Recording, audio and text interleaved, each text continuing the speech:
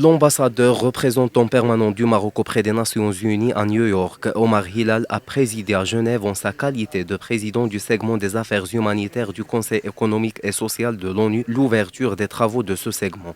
C'était une occasion, pas pour célébrer, mais pour faire le bilan des réalisations, de la mise en œuvre de ces conventions, mais surtout de s'inquiéter sur les violations de ces conventions. Ça a été également l'occasion pour rappeler la responsabilité des pays pour veiller à la mise en œuvre de ces conventions et appeler à la responsabilisation et surtout à la reddition des comptes de tous ceux qui violent ces conventions, plus particulièrement de la part des acteurs non étatiques. Ce débat a pu avoir lieu grâce à l'initiative du Maroc parce que nous sommes soucieux de mettre l'Afrique au devant de nos priorités et surtout profiter de la présidence marocaine pour avancer les causes africaines. Le segment humanitaire de l'ECOSOC représente une occasion unique pour se pencher sur les défis auxquels les acteurs humanitaires sont confrontés, notamment quand il s'agit des crises humanitaires plus complexes et plus étendues dans la durée, où il est impératif d'approfondir le dialogue entre les États membres, les partenaires humanitaires et les populations affectées.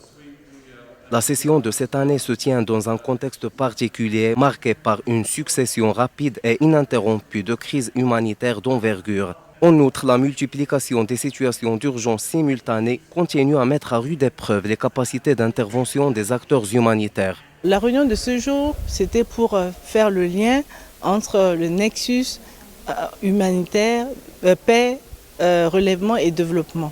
Comment faire pour allier les trois? Comment faire pour aller vers un objectif, pour harmoniser les actions et atteindre un objectif, c'est-à-dire aider la population à la résilience.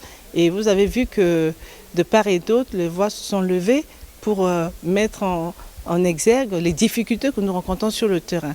Les travaux de ce segment de 2 jours sont scindés en 2 panels de discussion. Le premier est relatif au changement climatique et aux catastrophes liées au phénomène climatique, alors que le second est lié aux mesures à prendre pour mieux adapter les interventions aux conditions locales.